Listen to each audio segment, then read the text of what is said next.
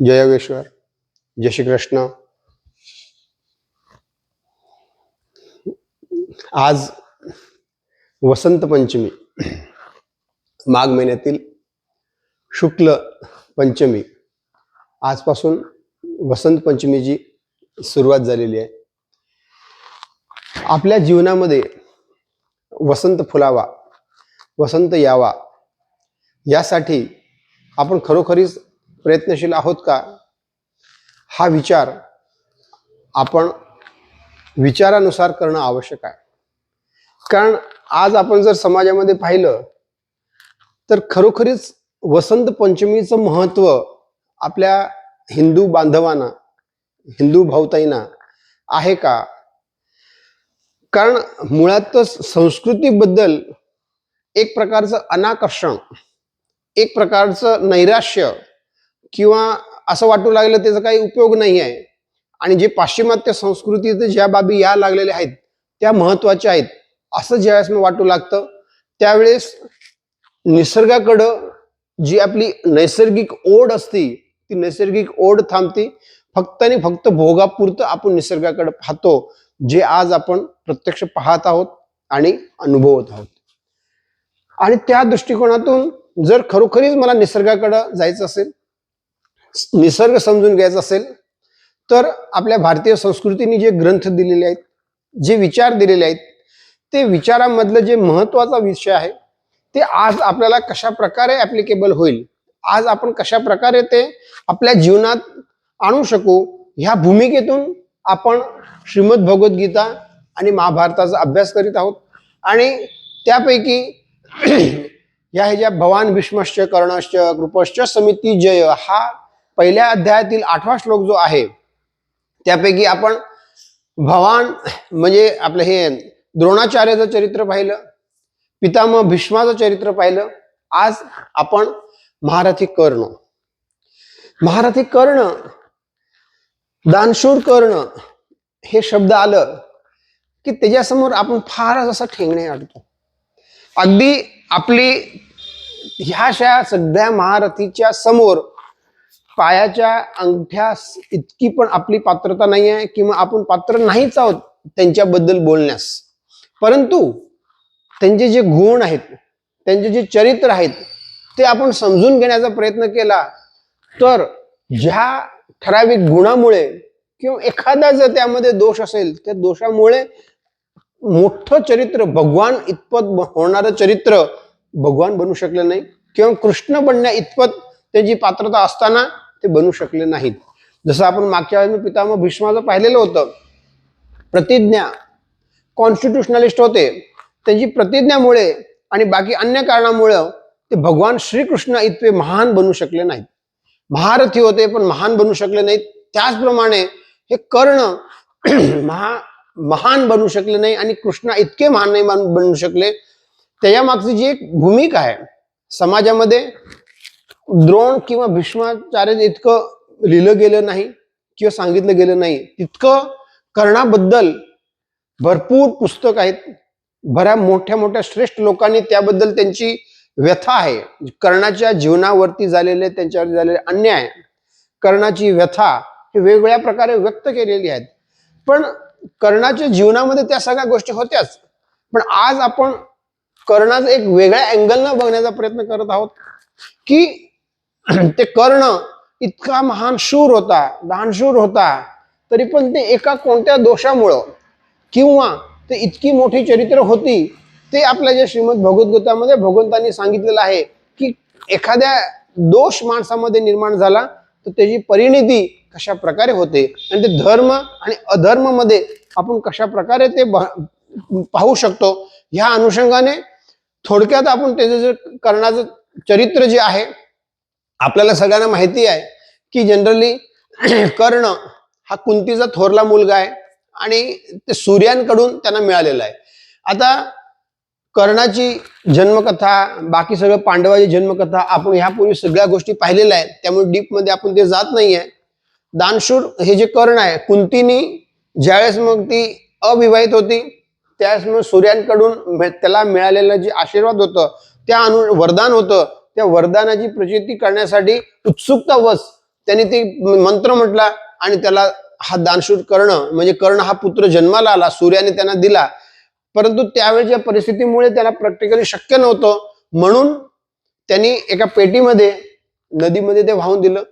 नंतर तो मुलगा हळूहळू तो मुलगा ज्यांना मिळाला तो अधिरथ सूत व त्याची पत्नी राधा ह्या दोघांना मिळाला.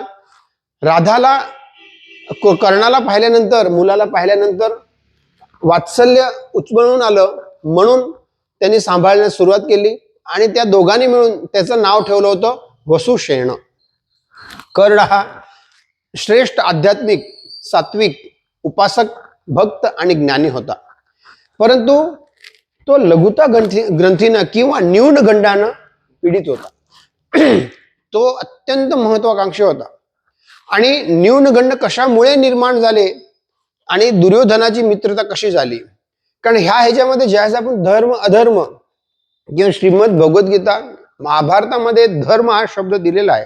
यतो धर्म ततो जय, आपण ज्यावेळेस म्हणतो धर्माचा विजय कशा होतो आणि माणूस धार्मिक असताना अधार्मिक लोकांच्या सोबत राहिल्याने त्याच्यावरती कशा प्रकारे परिणाम होतो आणि त्याच्या जीवनाची पूर्णपणे गाडी कशा प्रकारे बदलती, हे इथून सुरुवात होती आहे.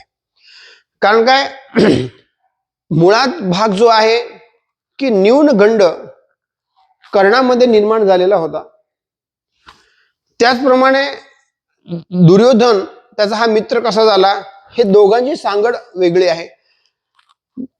आज देखील माणसांमध्ये न्यूनगंड म्हणजे लघुता ग्रंथी म्हणजे मी लहान आहे, मी लाचार आहे, मला म्हणजे दुसऱ्यांपेक्षा मी कमी आहे, हे जे कमीपणाचं वाटणं म्हणजे हे न्यूनगंड त्याला म्हणतात.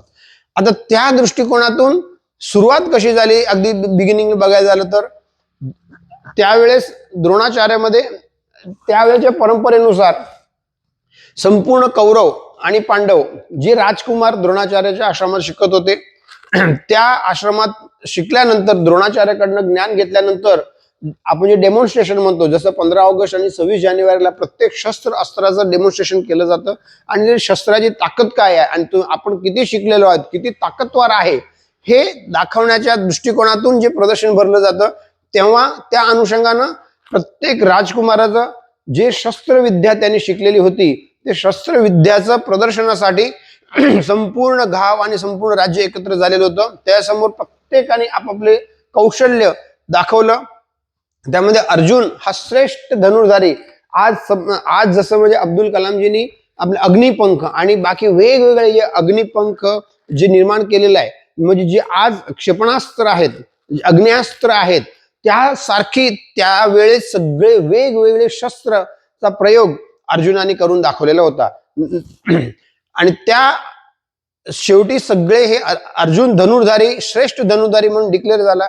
त्यावेळेस सगळ्यात शेवटी मोठं ग्राउंड होतं, मेन गेट होता, त्या गेटमधून कर्ण आला आणि कर्णाने सगळ्यांना सांगितलं, द्रोणाचार्याकडे गेला आणि सांगितलं मी पण माझ्या अस्त्राचं प्रदर्शन करू इच्छितो आणि आपली परवानगी असेल तर करून दाखवावं, हे परवानगी असेल तर मी करून दाखवतो आणि जे जे अर्जुनाने कला दाखवल्या, कौशल्य दाखवलं तेच मी दाखवतो.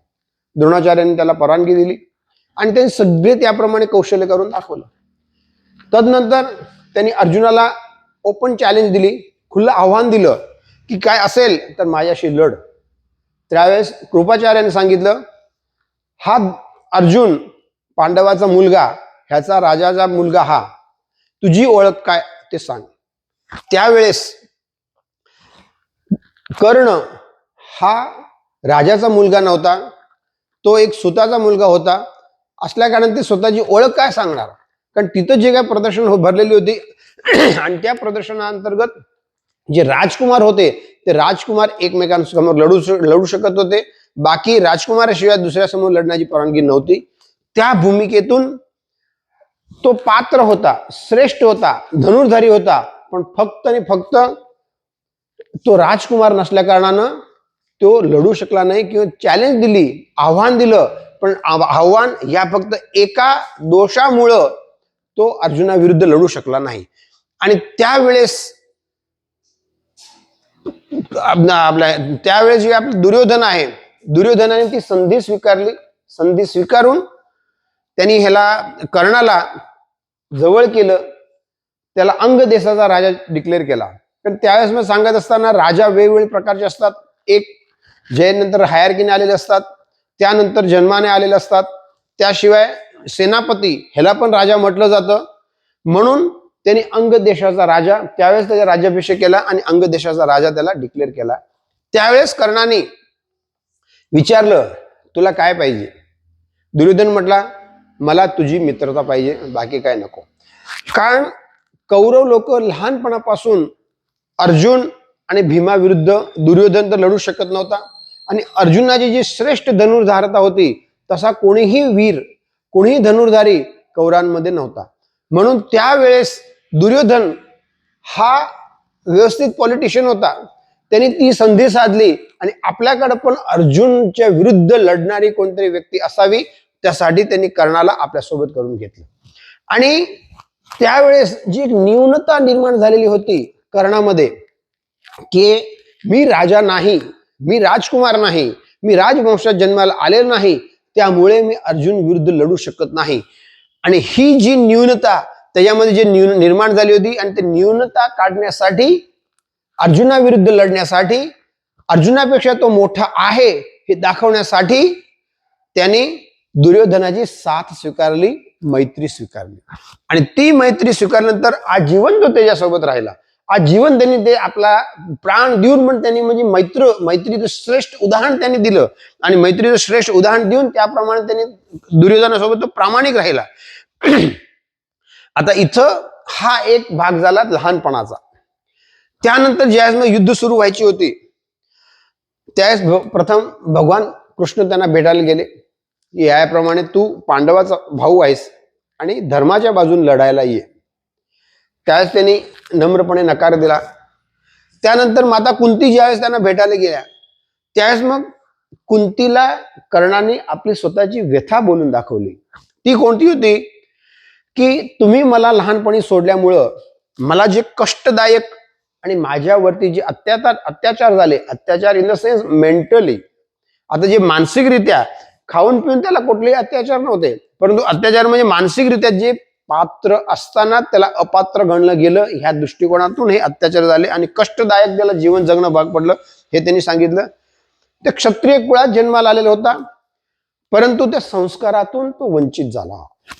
त्यानंतर यश आणि कीर्तीचा नाश झाला फक्त ह्या एका कारणामुळं. आणि हे 3 कारण जी होती ते न्यूनगंड, त्यामुळे ते निर्माण झाला. आता आपल्याला परमपूज्य दादाजींनी एक संदेश दिलेला आहे गीता संदेशमध्ये, की काम करण्याची शक्ती तुझ्यात आहे आणि मी न्यूनगंड ठेवणार नाही. हा भाग जो आहे तो फार महत्वाचा आहे. कारण इथं योगायोगाने आपल्या ज्यावेळेस कर्णाला न्यूनगंड निर्माण झालेला आहे, तर आज समाजामध्ये न्यूनगंड निर्माण कशामुळे होतो आणि निर्माण होत आहे, ह्या अनुषंगाने आज जर बघितलं तर मी गीतेमध्ये जे सांगितलेलं आहे, काम करण्याची शक्ती आहे माझ्यात, पण मी न्यूनगंड ठेवणार नाही, हे एक वेगळ्या दृष्टिकोनातून आपण समजण्याचा प्रयत्न करूया. आज समाजामध्ये जर आपण बघितलं तर जसं हे राजकुमारांची शाळा होती आणि त्या ह्याच्यातनं त्यांनी शिकलेले होते, आज मोठमोठ्या सेलिब्रिटी जे मोठमोठ्या करोडपती मोठ्या शाळा आहेत, त्या शाळेमध्ये जे शिकणारे लोक आहेत, मोठे अगदी म्हणजे जे फेमस आहेत, गुडविल असणारी ज्या शाळा आहेत, कॉलेजेस आहेत, तिथं शिकून आल्यानंतर मग त्यांना एक वेगळा अहंभाव असतो की मी ह्या शाळेमधून ह्या कॉलेजमध्ये शिकलेलो आहे. आणि ते शासकीय शाळेतून शिकून आलेल्या विद्यार्थ्याला वाटत असतं त्याला त्या समोर ज्यावेळेस हा उभा राहतो त्यावेळेस त्याला स्वतःला खुजेपणा वाटतो की मी हा इतका मोठा आहे. ही एक मानसिक दृष्टी आहे. आणि त्याचप्रमाणे ठराविक न्यूनगंड, तू कमी आहेस, पात्र असताना तुला कमीपणा येतो, असं न कळत बऱ्याच वेळा ह्या गोष्टी होतात आणि सांगितल्या जातात. आणि त्यामुळे ही जी सायकोलॉजी आहे ती सायकोलॉजी समजून घेणं आवश्यक आहे.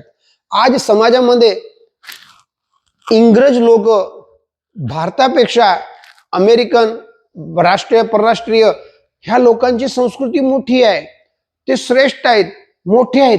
आपल्याकडं काय आहे? आपण काही नाहीच आहे, हा एक न्यूनगंड भारतीय लोकांच्या मनात हेतुपूर्वक बुद्धिपूर्वक बसवण्यात आलेला आहे. आणि तो न्यूनगंड माणसामध्ये बसवण्यात आल्यामुळं तर नंतर मग ते आता स्त्री असेल, युवक असेल, आणि खास करून हिंदू लोकांच्या वर्गामध्ये ते न्यूनगंड फिट बसलेला आहे की भारतात काहीच नाही आहे, भारतामध्ये आध्यात्मिक नाही, भारतामध्ये सांस्कृतिक वारसा नाही, भारतामध्ये सांस्कृतिक विचार नाही, भारताचा इतिहास नाही, असं काहीच नाही आहे. असं हे इंटेन्शनली ज्या गोष्टी बसवण्यात आलेल्या आहेत, त्यामुळं जे माणसं आता शिकली किंवा बाहेरून शिकून आल्यानंतर परदेशातून शिकून आला, फॉरेन रिटर्न तिकडून आलेला आहे, तर मग तो किती मोठा आहे, काय आहे, आणि इथं आम्ही शिकलेलं, इथं काय राहिलेलं आहे, म्हणून आज देखील आपण तिकडे जाण्याची आपली ओढ आहे. भारत आपल्याला नको आहे, दुर्लभ भारत जन्म आपण म्हणतो, परंतु भारतामध्ये काय आहे हे समजून घेण्याचा प्रयत्न करत नाही. हा एक सगळ्यात मोठा न्यूनगंड आज भारतीय लोकांच्या मनात निर्माण झालेला आहे. आणि ते जे न्यूनगंड निर्माण झाल्यामुळे त्याचे होणारे दुष्परिणाम ह्यात अध्यात्मामध्ये तर आहेच. अध्यात्म आपण बाजूला ठेवू, आज आपण ज्या चरित्राचा अभ्यास करीत आहे ते अध्यात्म सोडून देऊ, पण माझ्या सांसारिक जीवनामध्ये, माझ्या व्यवहारिक जीवनामध्ये, माझ्या वैवाहिक जीवनामध्ये, माझ्या व्यावसायिक जीवनामध्ये हे न्यूनगंड कशा प्रकारे दोषरूप आणि बाधारूप ठरू शकतो ह्या अनुषंगाने बघू. कारण काय, माणूस एकदा त्याला असं वाटलं की मी लघु आहे, हे लघु आहे हा विचार त्याच्यात दृढ झाला की तो मोठा बनण्याचा प्रयत्न करतो. आणि मोठा बनण्याचा म्हणजे मला मोठं व्हायचं आहे, मला त्याच्यापेक्षा मोठं दाखवायचं, जसं कर्णाला वाटत होतं की मला अर्जुनापेक्षा मोठं व्हायचं आहे, आणि हे मोठं दाखवण्यासाठी त्याची जी महत्वाकांक्षा वाढते, आणि महत्वाकांक्षा वाढल्यामुळे तो आत्मकेंद्रित बनतो.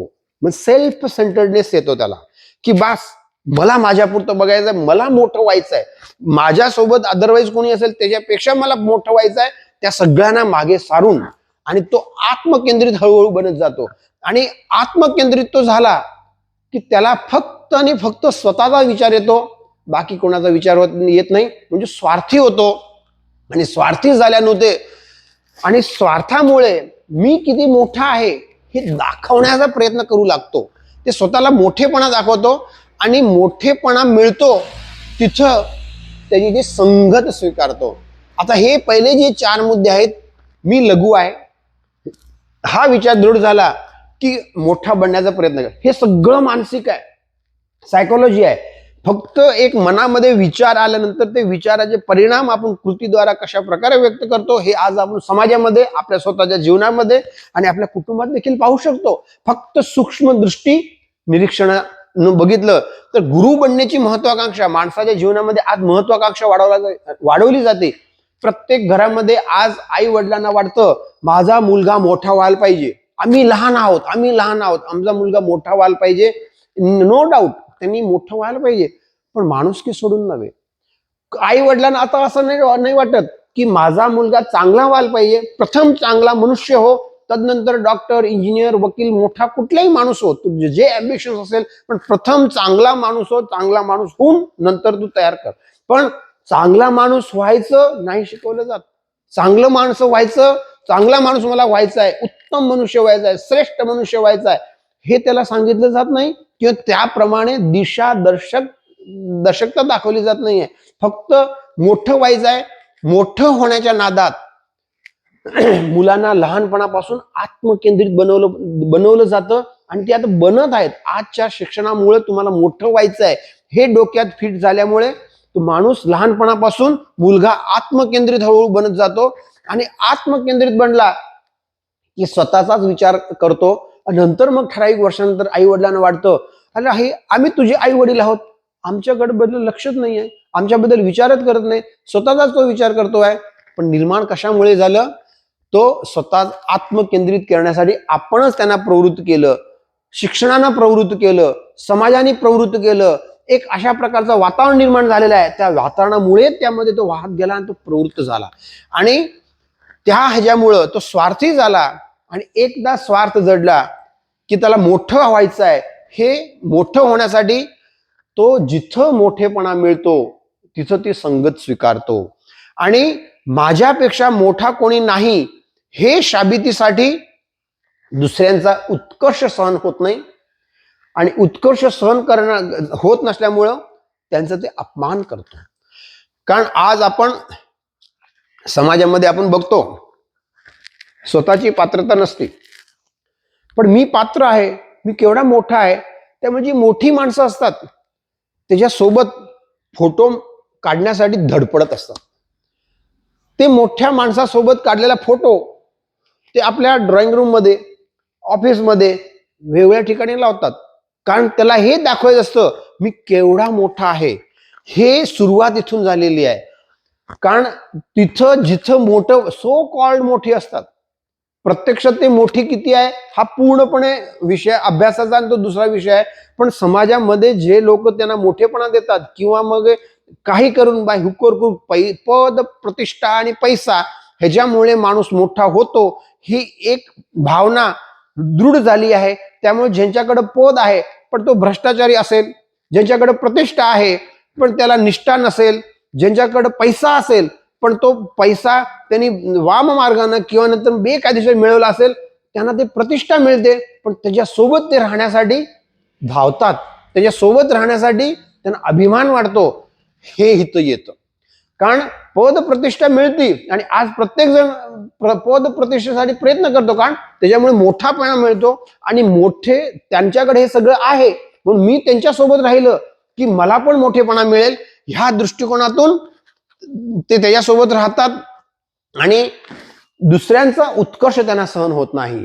माझ्यापेक्षा मोठा जात असेल तर कॉम्पिटिशन, आज ते टार्गेट जे ऑपरेंडिंग जे सुरू आहे, फक्त टार्गेट त्यांना द्यायचं आणि ते दुसऱ्यांचा अपमान करत जातात. आणि दुसरा भाग नेक्स्ट, स्वतःला मोठा करण्यासाठी अधर्माची साथ व अधर्माचा मार्ग स्वीकारतात. हा सगळ्यात धोकादायक जे आहे. मी ज्या माणसासोबत आहे त्या माणसाजवळ पद असेल, प्रतिष्ठा असेल, पैसा असेल, पण तो कशामुळे आलेला आहे? धर्माने आलेला आहे काय अधर्माने ते सगळं मिळवलेलं आहे? हा विचार सगळ्यात महत्वाचा आहे. आणि इथं कर्णाने दुर्योधनाची साथ घेतली. दुर्योधन हा अधार्मिक होता आणि अधार्मिक असताना फक्त अर्जुनाला कमी दाखवण्यासाठी त्याचा न्यूनगंड वाढला असल्या कारणानं, अर्जुनाला महत्वाकांक्षा त्याची वाढली असल्या कारणानं दुर्योधनाची त्याची साथ स्वीकारली आणि त्याच्यासोबत तो राहिला. आणि त्या सोबत राहिला असल्या कारण तो जो सांगेल तो मार्ग स्वीकारत गेला. अधर्म त्याला मोठा बनवेल असं वाटतं आणि अधर्मी सोबत एकरूप होतो, साथी होतो. आणि ह्यामुळे अधर्माची स्वार्थ म्हणजे साथ स्वीकारल्याने अधर्मीच्या उपकाराखाली दबतो. आता अधर्माची साथ स्वीकारतो. आज समाजामध्ये पद, प्रतिष्ठा आणि पैसा, मी मोठा आहे हे सांगण्यासाठी, हे दाखवण्यासाठी माणसं अधर्माची साथ स्वीकारतात. आता इथं अधर्म आणि धर्म हे फक्त क्लॅरिफाय करणं, कारण यापूर्वी आपण डिटेलमध्ये धर्म अधर्म काय आहे, हिंदू मुस्लिम ह्या अनुसारने हा धर्म नाही आहे. धर्म म्हणजे एक विचारधारा आहे, एक निष्ठा आहे, त्या दृष्टिकोनातून आहे की नेमकं माझ्या जीवनामध्ये माझी ड्युटीज काय आहेत, माझं कर्तव्य काय आहे, ह्या अर्थाने धर्म आहे. मी भारतीय आहे असं मी जर म्हणत असेल तर भारत प्रगती होण्यासाठी माझ्या कुटुंबाची, माझ्या समाजाची, माझ्या परंपरेची, ह्या सगळ्या ज्या बाबी आहेत त्याला मी सांभाळून कशा प्रकारे मी जीवन जगेन, ह्या जीवनाची जी शिदोरी आहे त्याला ते धर्म म्हटलं जातं. आणि त्या दृष्टिकोनातून ते मी सोडली की अधर्माची साथ स्वीकारली जाते आणि अधर्माची साथ स्वीकारली. आणि आज आपण जर अधर्मी लोकांसोबत राहिलो तर त्याच्या उपकाराखाली न कळत माणूस दबतो. कारण काय, अधर्मासोबत गेलं की बरं वाईट करावं लागतंच. बरं वाईट केलं की नंतर त्याला वाचवण्यासाठी माझ्यापेक्षा जो मोठा माणूस आहे तो सोबत येतो आणि त्यांच्या उपकाराखाली मी दबतो. आणि त्याच्या उपकारामुळे, त्यांच्या सोबत राहिल्यामुळे धर्माचं खरं स्वरूप माणूस विसरून जातो. आणि धर्माचं खरं स्वरूप विसरला की त्या ह्याच्यामध्ये अधर्म जे असतो ते सोडत नाही आणि धर्माविरुद्ध लढण्यास तो प्रवृत्त होतो. हा जो भाग आहे हा फार डीप मध्ये आहे. ह्या दृष्टिकोनातून फक्त आपण त्याचं इंट्रोडक्शन सांगतोय. कारण न्यूनगंड ठेवणार नाही, काम करण्याची शक्ती माझ्यात आहे. हे जे आहे हे भगवंताने गीतेमध्ये जे सांगितलेलं आहे की माझा न्यूनगंड होता कामा नाही. आज दुसऱ्या अँगलनं मगाशी जे सांगितलं, भारताची विचारधारा भारतीय लोकांना वाटतं, त्याचप्रमाणे जसं पुरुषांना वाटतं तसं ताई लोकांना की स्त्रियांना पण वाटू लागलेलं आहे. नाहीतर भारतीय संस्कृतीमध्ये स्त्रीना कधीही कमी लेखलेली नाही. स्त्री ही एक शक्ती आहे. शक्तीची उपासना भारतीय देशामध्ये स्त्रीची होत आहे. मग ती कमी कशी असेल, ती अबला कशी असेल? अबला नाहीच आहे, श्रेष्ठ आहे. परंतु मागच्या 200-400-500 वर्षामध्ये स्त्रीला जी पाश्चिमात्य संस्कृती जी विचारधारा आली, तिथं ती लोक स्त्रीला भोगी म्हणत होते, दासी म्हणत होते. पण आपल्याकडे तसं म्हणत नव्हते. पण त्यांच्या विचारधारेमुळे आपण इतकं वाहत गेलो आणि त्यांच्या ज्या ठराविक तिकडचं जे काही मुवमेंट सुरू झाली, स्त्री मुक्तीचे आंदोलन, आणि आपल्या ह्याच्यामध्ये नको त्या गोष्टी काही वेळेस घुसल्या गेल्या आणि त्यामुळं स्त्रीचं खरं रूप त्यांना नाही समजलं. आणि स्त्री स्वतंत्र पाहिजे. मुळात ती स्वतंत्र आहेच, त्याला परतंत्र कोणी बनवलेलं आहे? नाहीच आहे. सगळी स्वतंत्र आहोत, पण स्वतंत्रतेच्या नावाखाली, मुक्तीच्या मुवमेंट खाली आणि इक्वॅलिटी बिफोर लॉ त्या पार्श्वभूमीनुसार ते समानता, नंतर मग पॉलिटिकली समानता, सोशली समानता, इकॉनॉमिकली समानता, ह्या सगळ्या इक्वॅलिटीच्या दृष्टिकोनातून ही जी चळवळ सुरू झाली, त्यामध्ये स्त्री हळूहळू हळूहळू मोठी बनत गेली असं आपल्याला वाटतं. ती स्वतःला न्यून वाटत. आज समाजामध्ये आपण म्हटलं की प्रत्येकाला पद हवाय, प्रतिष्ठा हवी आहे आणि पैसा हवाय. स्त्री पण त्यासाठी धाव घेती आहे. आणि ती घरात राहिल्यानं आमची न्यूनता वाढलेली आहे, घरात राहिल्यानं त्याची लघुता वाढलेली आहे. आणि त्यांना असं वाटतं की आम्ही बाहेर पडलो तरच मोठे झालो. आणि त्यामुळे आज समाजामध्ये स्त्री बाहेर पडली, चांगली गोष्ट आहे, त्याबद्दल विरोध नाही कोणाचा. परंतु मोठेपणा मिळवण्यासाठी ती मानसिक दृष्ट्या, वैचारिक दृष्ट्या आणि शारीरिक दृष्ट्या ती न्यून कशी होत आहे हे कळत नाही. द्रौपदीचं स्ट्रिपिंग झालं, द्रौपदीचं वस्त्रहरण झालं असं आपण म्हणत असेल, पण दुर्योधन आणि दुःशासन, पाश्चिमात्य राष्ट्रातले कितीतरी दुर्योधन आणि दुःशासन आहेत, ते अशी विचारधारा इथं आपल्यामध्ये देतात की त्याच्या नादामध्ये आजच्या द्रौपदीचं न कळत स्वतःच्या इच्छेनं वस्त्रहरण होत आहे, त्या द्रौपदीला कळत नाही, त्या ताईंना कळत नाही, त्या स्त्रीला कळत नाही. हा विचार करण्यासारखा भाग आहे की आपण मोठे होण्यासाठी, मला मोठं व्हायचं आहे, पण मी विचारानं न्यून झालो की ज्यामुळं ज्या गोष्टी मला एक्झिबिट करायच्या नाही आहेत, ही स्त्री उपभोग्य वस्तू नाही असं जर म्हणत असेल, तर मग त्याला वस्तू म्हणून एक्झिबिशन मध्ये, ऍडव्हर्टाइजमेंट मध्ये, मॅगझिनच्या मुखपृष्ठावर त्यांचे फोटो कशासाठी, बिभत्सता कशासाठी, हा विचार स्त्रीनी करायचा आहे. जे स्त्री स्वातंत्र्यासाठी लढतात त्यांनी करायचा आहे की ह्या एका गोष्टीमुळं जर संपूर्ण स्त्री समाजामध्ये किंवा ते स्त्रीत्व संपूर्ण समाज त्याच्या मागे आहे, ह्याच्यामुळे जर ते पूर्ण येणारी पिढी नाश होती आहे का, हे बघा. पुरुषाची मग तेवढीच जबाबदारी आहे, पण नैसर्गिकरित्या ते दोघांची जबाबदारी वेगळी आहे. या दृष्टीने आपण सांगतो नैसर्गिकरित्या ते इक्वल होऊ शकत नाही, परंतु कर्मानं ते इक्वल आहेच, विचारानं ती श्रेष्ठ आहे, कर्मानं ती श्रेष्ठ आहे. पण समजून घेतलं तर त्या बाबी आहेत. आणि त्या दृष्टिकोनातून आजच्या शिक्षणामध्ये आपण जे म्हटलं की धर्माविरुद्ध कर्णाला शेवटी धर्म आणि अधर्माचं युद्ध आपण म्हणतोय. भगवान कृष्ण आणि कुंतीमा त्यांना सांगण्यासाठी गेल्या होत्या की तू धर्माच्या बाजूने लढ, परंतु तो नाही म्हटला. कारण का? अधर्माची साथ स्वीकारल्याने अधर्मी लोकांचा इतका उपकार त्याच्यावरती झालेले होते, त्यामुळं जीव गेला तरी चालेल पण मी त्याची साथ सोडणार नाही, हे कर्णाचं शेवटचं वाक्य होतं. आणि त्या ऋणातून उरून व्हायचं आहे. वैयक्तिक दृष्ट्या त्याचं जीवनचरित्र बघितलं तर खरोखरी ज्यांच्यामुळे त्याच्यावरती उपकार झालेला आहे त्याने ते ऋणाची परतफेड करायलाच पाहिजे, हे त्यांच्या वैयक्तिक दृष्ट्या श्रेष्ठ आहे, नो डाऊट. पण ज्यावेळेस आपण धर्म अधर्म न्यूनगंडाचा विचार करतो, माझ्या जीवनात असं कोणतरी अधर्मी आलेलं नाही ना, मी कुठल्या तरी अधर्मी लोकांच्या साथ म्हणजे सोबत तर नाही ना, ज्याच्यामुळं नंतर मी उद्या मला धर्माची साथ घ्यायची असेल तरी देखील त्याच्या उपकाराखाली मी इतका दबला गेला असेल की मी धर्माची साथ देखील घेऊ शकणार नाहीये. हा विचार आपण करायचा आहे. मी अशा पद प्रतिष्ठा आणि पैशाच्या ओघामध्ये इतका वाहत तर जात नाही ना की ज्याच्यामुळे मी अधर्मामध्ये इतका मी वाहत जाईन की माझ्या आई वडिलांना, माझ्या समाजाला, माझ्या परंपरेला मी तोडत चाललेलो आहे आणि सेल्फ सेंटर्डनेस बनत चाललेलो आहे. मला येणाऱ्या पिढीबद्दल आकर्षण नाही आहे, मला लग्न जीवनाबद्दल आकर्षण नाही आहे, फक्त आणि फक्त मला पदासाठी आकर्षण आहे.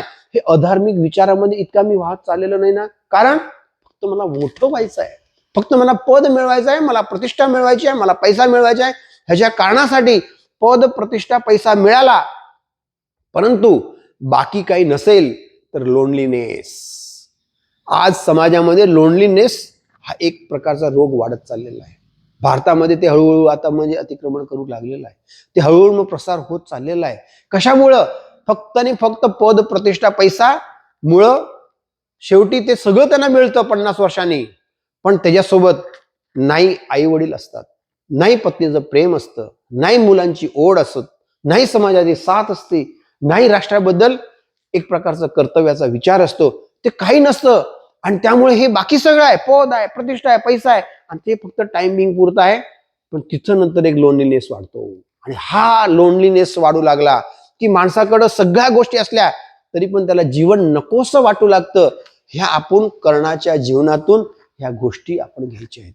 एक विचार न्यूनता माझ्या जीवनात आली, एक फक्त बीज न्यूनतेचं जर आपल्या जीवनामध्ये बाहेर कुठल्याही प्रकारे न कळत आई वडिलांनी पेरलं असेल, न कळत समाजाने पेरलं असेल, न कळत शिक्षणामुळे पेरलं गेलं असेल, पण त्याचं जे वटवृक्ष होतं ते भयावह निर्माण होतं आणि त्यामुळे आज समाजामध्ये अधर्म